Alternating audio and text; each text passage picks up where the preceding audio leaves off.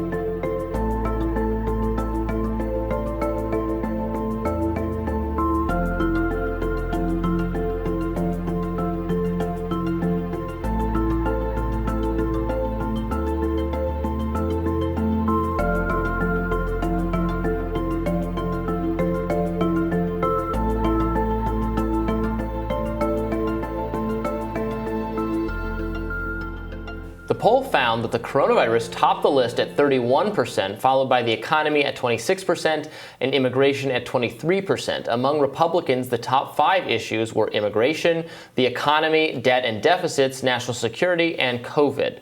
Among Democrats, the top issues were COVID, climate change, healthcare, the economy, and immigration.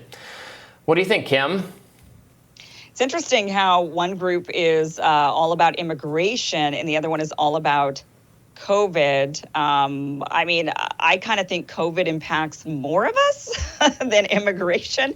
I think if you're in one of these border states, definitely immigration has an impact. Otherwise, I think a lot of it is just rhetoric. But COVID, interestingly, does actually impact all of us. Then again, if you're living in a red state, maybe not. Because, if you go to these red states, they're completely, it's like life's back to normal. So maybe that has something to do with it.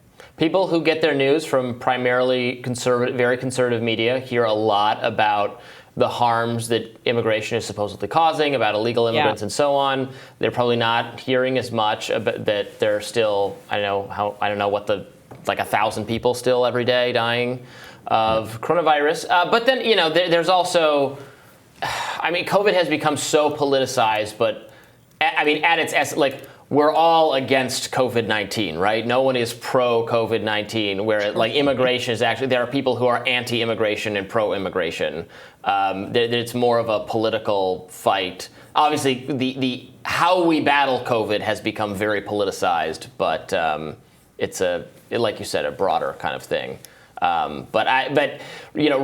This shows that if Democrats want to, get the magic back, especially after what just happened, just relentlessly talking about the pandemic and how we have to fight the pandemic is not going to be it, I don't think. What do you think, Ryan? Yeah, Time says 1,277 deaths yesterday, which is down 18%. And when things are trending downward, the media kind of stops talking about it, even though there's still 1,000 plus people. It adds up to 700, almost 50,000. We'll be at 750,000 tomorrow, basically, people having died of the COVID. I thought climate change was fascinating to see that as number 2, which shows a real maybe polarization. That's a lot of polarization going on, particularly around education. And although, working class people are very concerned about climate change, but they're unlikely to say that it's the top concern. Right. The immigration question is going to be fascinating for the future of this country too, because fertility rates are way down all across the world, not just the U.S. and Europe, but other countries are seeing lower fertility rates too. And what's wild is that, let's say populations are going to start peaking at 2040, 2050. After that, global population is heading downward very, very quickly.